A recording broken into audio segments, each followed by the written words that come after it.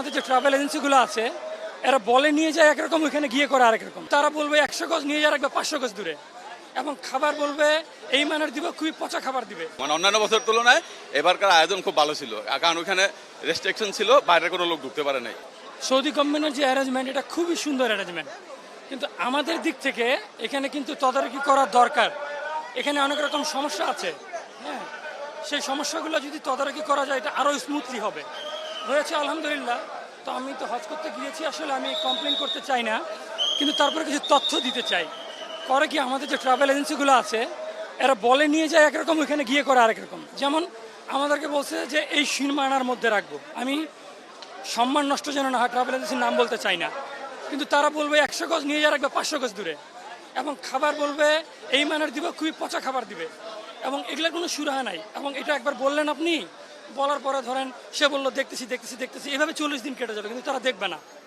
তো এরকম কিছু ব্যাপার আছে। আরেকটা হচ্ছে যে তারা একই রুমে গাদাগাদি করে অনেক মানুষকে রাখবে, যে দুজনের রুমে ওরা দুজনের যে অ্যালট করা বোঝা যাচ্ছে ওইটা 2টা খাট ছিল, তো সেখানে 5 জনকে ঢুকাবে, ঢুকায় তারা এখানে একটা বিজনেস করবে।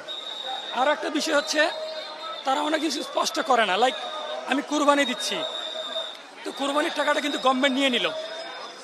তো কোরবানির টাকা যখন গভর্নমেন্ট নিয়ে নিচ্ছে, তো সেই তথ্যটাও তারা ঠিকমতো দেয় না।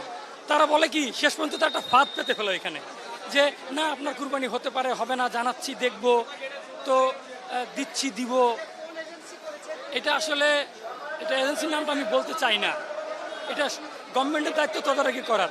হ্যাঁ, এজেন্সির নামটা বলতে চাই না, কিন্তু এগুলো অনেকেই করে, অনেক এজেন্সি, আমি খবর নিয়ে দেখছি অনেক এজেন্সি করে। তো তারা কোরবানিটা যে আসলে হবে এটা যে এই প্রসেস বলে না, তারা টাকা নিতে চায় শেষ পর্যন্ত। ইভেন হজের যে কোরবানি যেদিন হবে তার 1 ঘন্টা আগে পর্যন্ত বলে না, বলে যে না অন্য লোককে দিয়ে বলায়, দালালদেরকে দিয়ে বলায় যে আমাকে টাকা দেন, আমি ব্যবস্থা করে দিব, অথচ টাকা কিন্তু আমরা এখানে জমা দিয়ে গেছি। তো এরকম কিছু জায়গায় গভর্নমেন্টের তদারকির দরকার আছে। তো আলহামদুলিল্লাহ আমরা হজ করে আসতে পারছি। সার্বিক বাংলাদেশ ব্যবস্থাপনা টাপ, আর এমনি অনেক লোকজন, প্রায় 18 লাখ মানুষ, এত ব্যবস্থাপনা সৌদিদের অনেক ব্যবস্থাপনা ছিল। আল্লাহ সুবহানাহু ওয়া তাআলা চাই তো সব মানুষের এই সময় হজ করা উচিত, এবং ভালো ব্যবস্থাপনা ছিল, কোনো সমস্যা হয়নি ইনশাল্লাহ। হোটেল ব্যবস্থাপনা অন্যান্য কিছু ত্রুটি থাকবে, সবকিছু ক্ষমা এবং সুন্দর দৃষ্টিতে দেখে আল্লাহ এবং সুবহানাহু ওয়া তাআলার কাছে যাতে মার্জনীয় হজ, একটু মকবুল হজ, মাবরুর হজ পাই, সেটা কামনা করতে হবে। দোষ ত্রুটি কিছু থাকতেই পারে।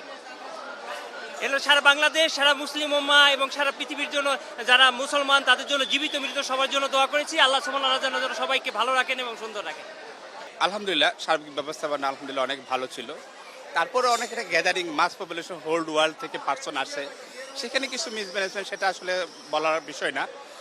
আর চিকিৎসার ব্যাপারে আমি নিজেও একজন চিকিৎসক, তো আলহামদুলিল্লাহ দেখেছি অনেক অ্যাম্বুলেন্স, অনেক সরকারি যারা আমাদের বাংলা থেকে চিকিৎসক ছিলেন, বৈদেশিক সরকারি চিকিৎসক ছিল, সবাই খুবই ভালো করছে। আমার খুব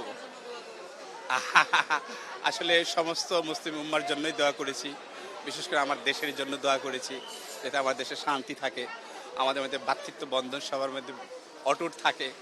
হজ ব্যবস্থা খুব ভালো ছিল। হ্যাঁ, আমরা খুব স্বাচ্ছন্দ্যভাবে আমরা হজ করতে পারছি। এমনি আগে আমরা হজে যাওয়ার আগে ছিল যে মানে হজ করা খুব কষ্টকর।